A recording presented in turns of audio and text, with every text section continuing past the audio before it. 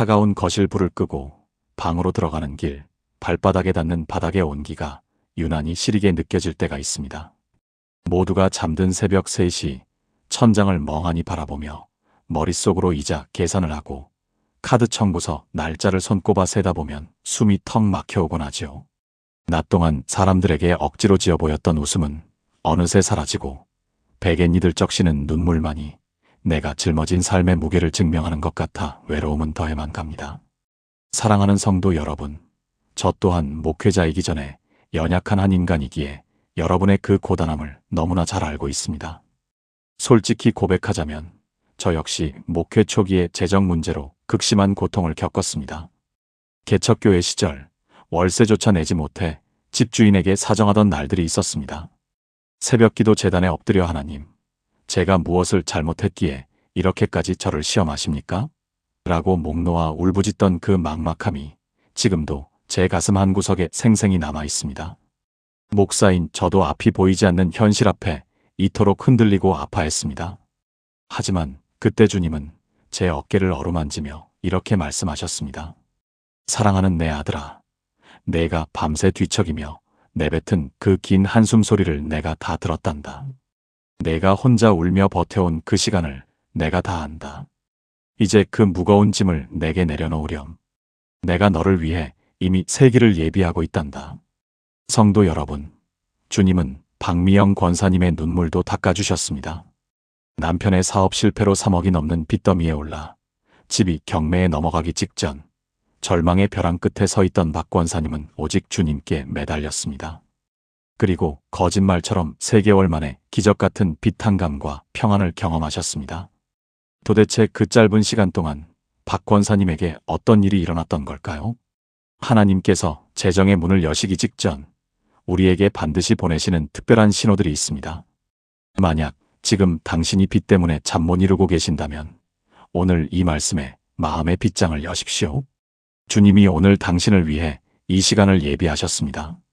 당신의 눈물을 닦아주실 그 기적의 신호들을 지금부터 함께 나누겠습니다. 잘 오셨습니다.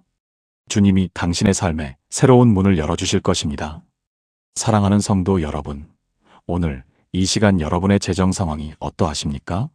혹시 지금 카드 청구서를 보며 한숨을 쉬고 계신 분이 계십니까? 대출 이자 납부일만 다가오면 가슴이 답답해지는 분이 계십니까? 제가 오늘 이 말씀을 전하는 것은 여러분을 정죄하기 위함이 아닙니다. 오히려 하나님께서 지금 여러분의 재정에 회복의 문을 여시기 직전이라는 것을 알려드리기 위함입니다.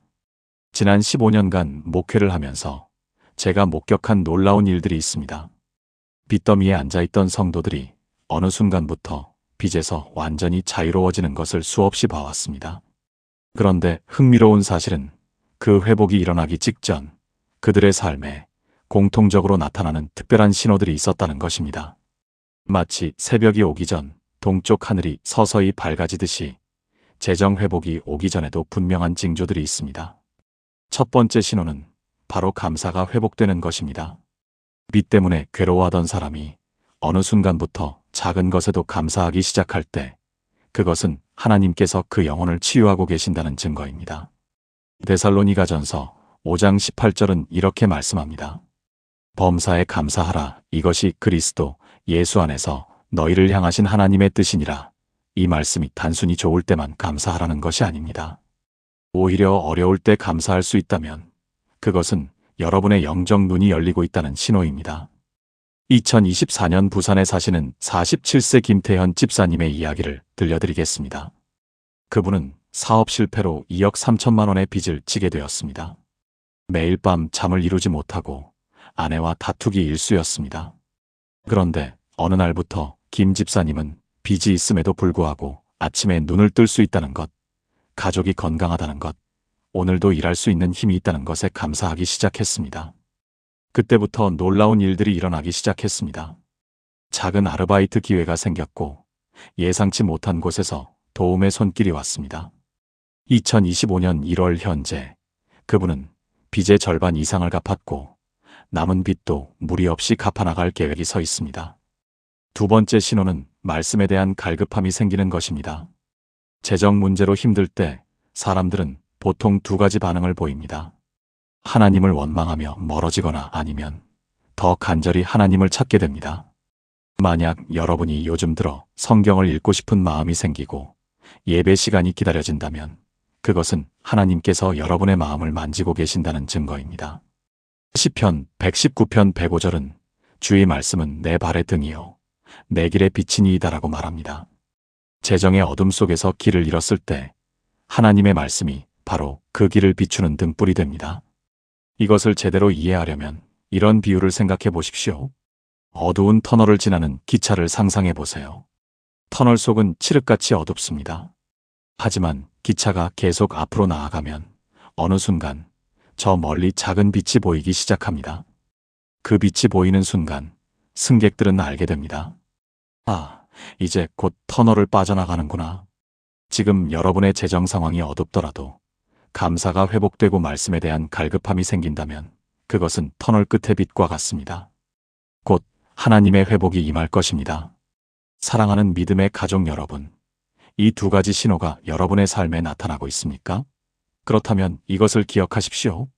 하나님은 결코 여러분을 포기하지 않으셨습니다. 오히려 지금 이 순간에도 여러분의 재정을 회복시킬 준비를 하고 계십니다. 함께 기도하겠습니다. 하나님 아버지, 지금 빚 때문에 힘들어하는 이들에게 감사의 마음을 회복시켜 주시고 말씀을 사모하는 마음을 주옵소서. 이들이 회복의 신호를 분별하고 소망 가운데 나아갈 수 있도록 도와주옵소서. 예수님의 이름으로 기도합니다. 아멘. 10년 전 제가 목회를 처음 시작했을 때의 일입니다. 한 청년이 상담실 문을 두드렸습니다. 그때 그 청년의 얼굴에는 절망이 가득했습니다. 학자금 대출과 신용카드 빚으로 매달 130만 원씩 이자를 내야 하는 상황이었습니다. 월급은 250만 원인데 이자만 내고 나면 생활비조차 부족한 지경이었죠. 그 청년이 제게 물었습니다. 목사님, 정말 하나님이 저를 도우실까요? 아니면 제가 잘못 살아온 대가를 치르는 건가요? 그 질문 앞에서 저는 말문이 막혔습니다. 하지만 그로부터 3년 후 그 청년은 빚을 모두 갚고 지금은 선교 후원까지 하는 직장인이 되었습니다. 세 번째 신호는 바로 인간관계가 회복되기 시작하는 것입니다. 빚이 많을 때 사람들은 자연스럽게 주변 사람들을 피하게 됩니다. 돈 이야기가 나올까봐, 초라한 모습을 보일까봐 두려워합니다.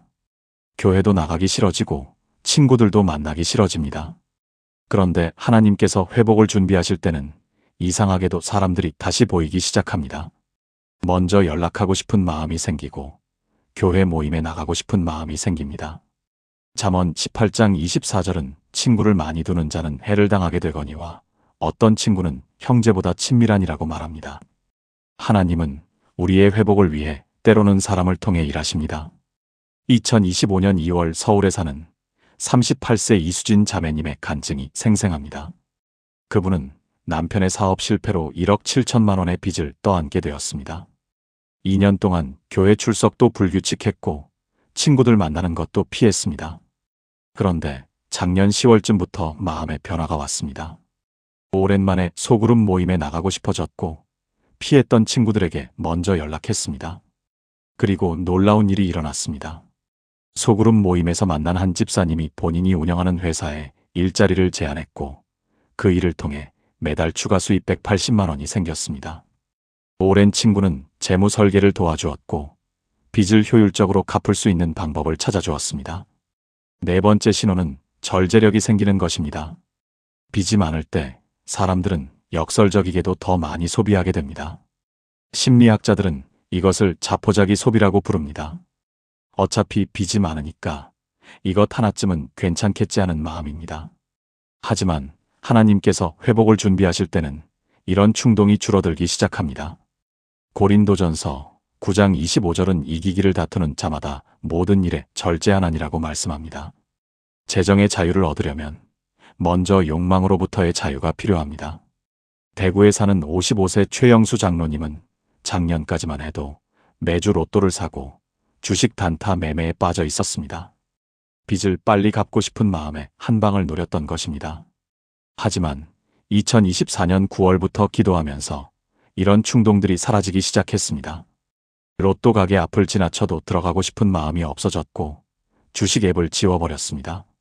대신 착실히 일하고 수입의 일정 부분을 빚 갚는 데 사용했습니다.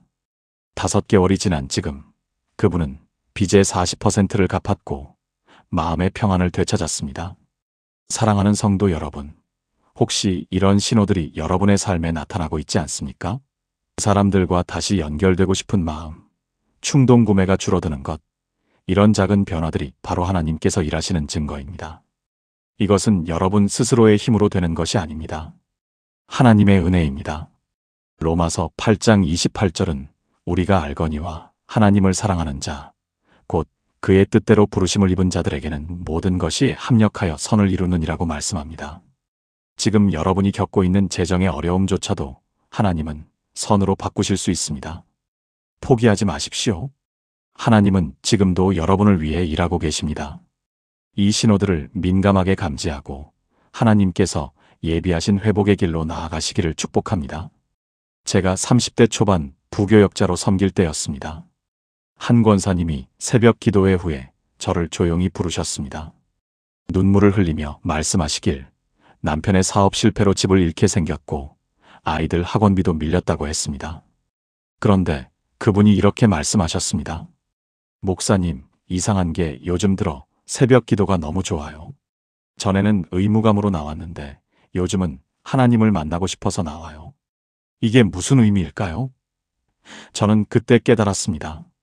하나님께서 그분의 영을 먼저 회복시키고 계시다는 것을요. 그로부터 1년 후 그 권사님 가정은 완전히 회복되었고 지금은 재정 어려움을 겪는 다른 성도들을 돕는 사역을 하고 계십니다. 5번째 신호는 기도 제목이 바뀌는 것입니다. 처음에는 하나님 제 빚을 없애주세요라고 기도하다가 어느 순간부터 하나님 저를 변화시켜주세요. 하나님의 뜻을 알게 해주세요로 기도 제목이 바뀝니다. 이것은 단순히 기도 내용이 바뀐 것이 아닙니다. 여러분의 관점 자체가 바뀌고 있다는 신호입니다. 마태복음 6장 33절은 너희는 먼저 그의 나라와 그의 의를 구하라 그리하면 이 모든 것을 너희에게 더하시리라고 말씀합니다. 빚이라는 문제보다 하나님의 나라를 먼저 구할 때 하나님은 그 모든 것을 더하여 주십니다. 이것을 바다에 빠진 사람의 비유로 설명해 드리겠습니다. 바다에 빠진 사람이 처음에는 허우적거리며 물 위에 떠오르려고 발버둥 칩니다. 하지만 그럴수록 더 깊이 가라앉습니다. 그런데 구조원이 다가와 힘을 빼고 몸을 맡기세요라고 말합니다. 처음에는 믿을 수 없습니다. 힘을 빼면 더 가라앉을 것 같으니까요. 하지만 용기를 내어 힘을 빼고 몸을 맡기는 순간 신기하게도 몸이 떠오르고 구조가 시작됩니다. 재정 회복도 마찬가지입니다. 내 힘으로 어떻게든 해결하려고 발버둥 칠 때는 더 깊이 빠집니다. 하지만 하나님께 온전히 맡기고 하나님의 방법을 신뢰할 때 회복이 시작됩니다. 2024년 광주에 사는 43세 박정훈 권사님의 이야기입니다. 그분은 3년 전부터 신용카드 돌려막기를 하며 살았습니다. 총 빚이 9천만 원에 달했습니다. 처음에는 하나님 복권 당첨되게 해주세요. 하나님 갑자기 목돈이 생기게 해주세요라고 기도했습니다. 하지만 2024년 6월부터 기도 제목이 바뀌기 시작했습니다. 하나님, 제 욕심을 다스려 주세요. 하나님, 정직하게 살 수 있는 힘을 주세요. 하나님의 방법으로 이 빚을 갚게 해주세요. 그렇게 기도하며 신용 상담을 받았고 개인 회생 절차를 밟기 시작했습니다. 처음에는 부끄러웠지만 이것이 하나님께서 주신 법적 제도라는 것을 깨달았습니다. 현재 그분은 매달 일정 금액을 갚으며 5년 후 완전히 빚에서 자유로울 계획입니다. 6번째 신호는 11조와 헌금에 대한 태도가 바뀌는 것입니다. 빚이 많을 때는 지금은 11조 낼 형편이 안 되라고 생각하기 쉽습니다. 하지만 하나님께서 회복을 준비하실 때는 이상하게도 적은 것이라도 하나님께 드리고 싶다는 마음이 생깁니다. 말라기 3장 10절은 너희의 온전한 11조를 창고에 들여 나의 집에 양식이 있게 하고 그것으로 나를 시험하여 내가 하늘 문을 열고 너희에게 복을 쌓을 곳이 없도록 붙지 아니하나 보라고 말씀합니다. 이것은 거래가 아닙니다. 하나님을 신뢰한다는 고백입니다. 인천에 사는 29세 정민호 청년의 간증입니다. 대학 졸업 후 5년간 학자금 대출 4천만 원과 생활비 대출 2천만 원으로 힘들어했습니다. 2024년 3월까지는 교회에 나가도 헌금 시간이 부담스러웠습니다. 헌금 봉투를 그냥 넘기곤 했죠. 그런데 4월 어느 날 예배 중에 11조를 드리고 싶다는 마음이 강하게 들었습니다.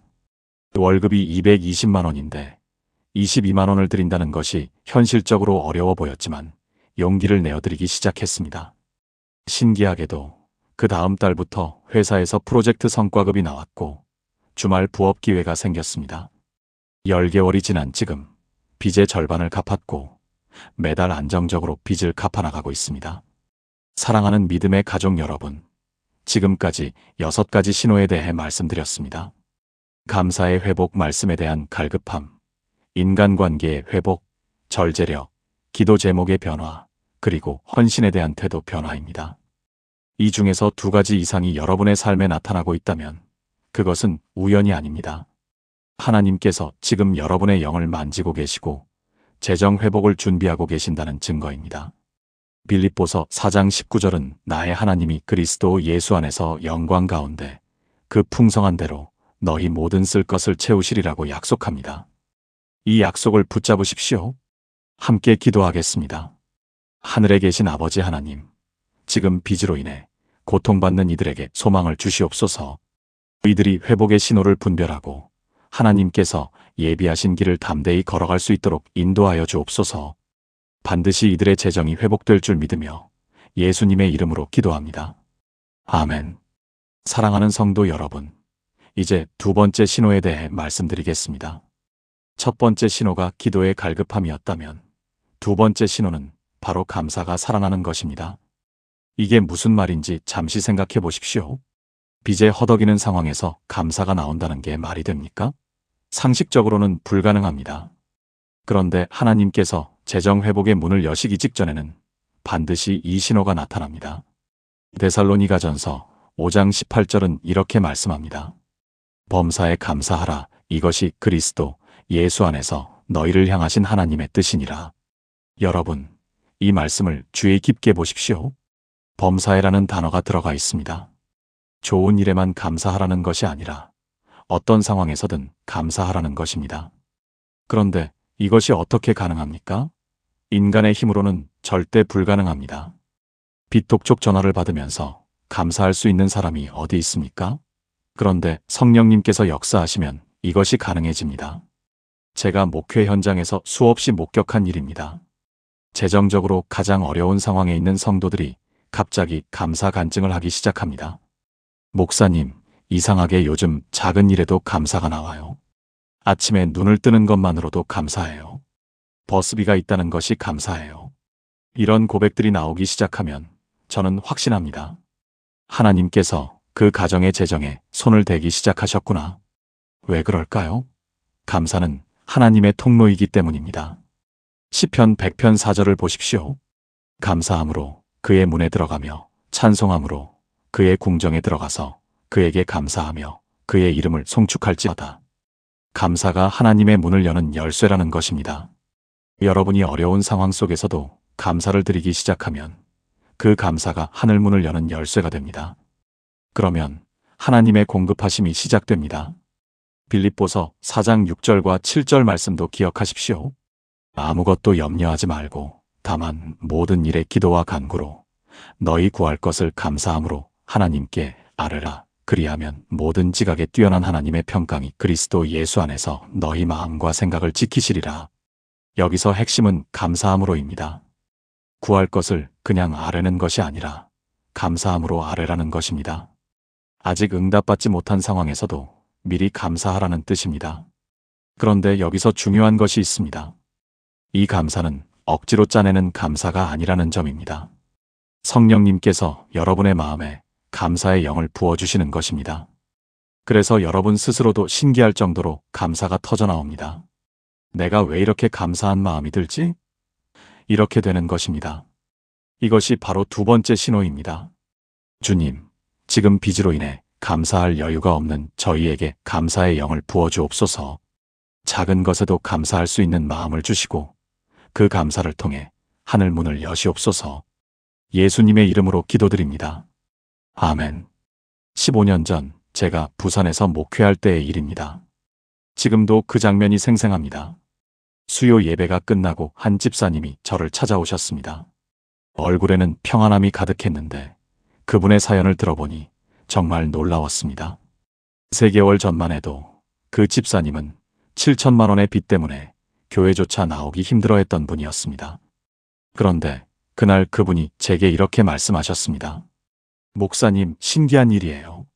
아직 빚은 그대로인데 제 마음이 너무 평안해요. 그리고 요즘 하나님의 음성이 들려요. 저는 그때 깨달았습니다. 이것이 바로 3번째 신호구나. 하나님의 음성을 듣기 시작하는 것. 이것이 재정 회복 직전에 나타나는 3번째 신호입니다. 믿음의 가족 여러분, 여러분은 요즘 하나님의 음성을 듣고 계십니까? 성경을 읽을 때 말씀이 살아서 여러분에게 말을 거십니까? 설교를 들을 때 이 말씀이 바로 나를 위한 것이구나 하는 확신이 듭니까? 요한복음 10장 27절에서 예수님은 이렇게 말씀하셨습니다. 내 양은 내 음성을 들으며 나는 그들을 알며 그들은 나를 따르느니라. 하나님의 자녀는 하나님의 음성을 듣도록 창조되었습니다. 그런데 염려와 근심으로 가득 차 있으면 그 음성이 들리지 않습니다. 빚 생각, 이자, 계산, 독촉 전화에 대한 두려움이 귀를 막고 있기 때문입니다. 그런데 하나님께서 재정 회복의 역사를 시작하실 때는 먼저 여러분의 영적 귀를 여십니다. 그래서 갑자기 말씀이 살아서 들리기 시작합니다. 큐티를 할 때 말씀이 마음에 꽂힙니다. 찬양을 부를 때 가사가 위로가 됩니다. 설교를 들을 때 목사님이 내 사정을 어떻게 아시지? 싶을 정도로 정확하게 내 상황에 맞는 말씀이 선포됩니다. 2024년 11월에 제가 상담한 38세 김태훈 집사님의 경우가 그랬습니다. 인천에서 작은 식당을 운영하시는데 코로나 이후 매출이 토막나면서 1억 2천만 원의 빚을 지게 되었습니다. 하루하루가 지옥 같았다고 합니다. 그런데 어느 날 새벽 잠에서 깨어 성경을 펼쳤는데 이사야 41장 10절 말씀이 눈에 들어왔답니다. 두려워하지 말라. 내가 너와 함께함이라. 놀라지 말라. 나는 내 하나님이 됨이라. 내가 너를 굳세게 하리라. 참으로 너를 도와주리라. 참으로 나의 의로운 오른손으로 너를 붙들리라. 그 집사님은 그 순간 눈물이 쏟아졌다고 합니다. 하나님께서 자기에게 직접 말씀하시는 것 같았답니다. 하나님이 나를 잊지 않으셨구나. 나를 포기하지 않으셨구나. 그날부터 그분의 삶이 바뀌기 시작했습니다. 여전히 빚은 그대로였지만 하나님의 음성을 듣게 된 그분의 마음에는 평안이 찾아왔습니다. 그리고 정확히 3주 후 오랫동안 연락이 끊겼던 지인이 갑자기 전화를 걸어와 사업 파트너를 제안했고 그것이 재정 회복의 시작점이 되었습니다. 여러분, 이것이 우연입니까? 아닙니다. 하나님께서 먼저 음성으로 말씀하시고 그 다음에 실제로 역사하시는 것입니다. 그래서 하나님의 음성을 듣기 시작했다면 그것은 하나님께서 이미 여러분의 재정 문제에 개입하기 시작하셨다는 증거입니다. 곧 눈에 보이는 변화가 일어날 것입니다. 믿음의 가족 여러분, 지금까지 3가지 신호에 대해 말씀드렸습니다. 기도의 갈급함, 감사의 회복, 하나님 음성 듣기. 그런데 이 3가지 신호가 나타날 때 반드시 함께 나타나는 것이 하나 더 있습니다. 그것은 바로 순종하고 싶은 마음입니다. 이것이 4번째이자 마지막 신호입니다. 하나님께서 재정 회복의 문을 여시기 직전에는 여러분의 마음에 순종의 영을 부어주십니다. 전에는 11조를 드리는 것이 부담스러웠는데 갑자기 드리고 싶은 마음이 생깁니다. 전에는 헌금할 여유가 없다고 생각했는데 조금이라도 드려야겠다는 생각이 듭니다. 이게 상식적으로 말이 됩니까? 빚이 있는데 헌금을 드리고 싶다니요? 그런데 이것이 바로 하나님의 역사입니다. 말라기 3장 10절을 보십시오. 만군의 여호와가 이르노라. 너희의 온전한 11조를 창고에 들여 나의 집에 양식이 있게 하고 그것으로 나를 시험하여 내가 하늘문을 열고 너희에게 복을 쌓을 곳이 없도록 붙지 아니하나 보라. 여기서 핵심은 온전한 11조입니다. 남는 것으로 드리는 것이 아니라 먼저 드리는 것입니다. 그런데 빚이 있는 상황에서 이것이 가능합니까? 인간의 힘으로는 불가능합니다. 그런데 하나님께서 순종의 마음을 주시면 가능해집니다. 2025년 1월에 제가 만난 45세 이현주 권사님의 이야기를 들려드리겠습니다. 대구에서 학원을 운영하시는데 작년에 원생이 절반으로 줄면서 8천만 원의 빚을 지게 되었습니다. 매달 이자만 200만 원 가까이 나가는 상황이었습니다. 그러다 보니 11조를 드리는 것이 점점 부담스러워졌고 작년 9월부터는 아예 드리지 못하고 있었습니다. 그런데 올해 1월 첫 주일 새벽 기도를 드리는데 갑자기 11조를 드려야겠다는 생각이 강하게 들었답니다. 머리로는 말이 안 되는데 마음이 자꾸 그렇게 하라고 재촉했답니다. 고민 끝에 그분은 결단했습니다. 작년 9월부터 밀린 11조를 모두 계산해서 한꺼번에 드리기로 한 것입니다. 금액이 적지 않았습니다. 360만 원이었습니다. 그 돈이면 이자를 2달치 낼 수 있는 금액이었습니다. 그런데 놀라운 일이 일어났습니다. 11조를 드린 그 주간에 5년 전에 학원을 그만둔 학생의 학부모가 갑자기 전화를 했답니다. 이사를 갔다가 다시 대구로 돌아왔는데 아이가 꼭 이현주 권사님 학원에 다니고 싶어 한다는 것이었습니다. 그것도 두 아이를 모두 보내고 싶다고 했습니다. 그리고 그 학부모가 주변에 소문을 내면서 한 달 만에 신규 원생이 12명이나 늘었습니다. 더 놀라운 것은 그 다음이었습니다. 2월 초에 오랫동안 연락이 없던 대학 동창이 전화를 걸어왔는데 자기가 운영하는 회사에서 직원 자녀 교육을 위한 제휴 학원을 찾고 있다는 것이었습니다. 그렇게 해서 기업 제휴 계약이 성사되었고 매달 안정적인 수입이 보장되었습니다. 불과 2달 만에 재정 상황이 완전히 달라진 것입니다. 이현주 권사님이 저에게 이렇게 말씀하셨습니다. 목사님, 제가 11조를 드릴 때만 해도 사실 반신반의했어요. 이게 맞나 싶었죠. 그런데 하나님께서 정말 하늘 문을 여셨어요.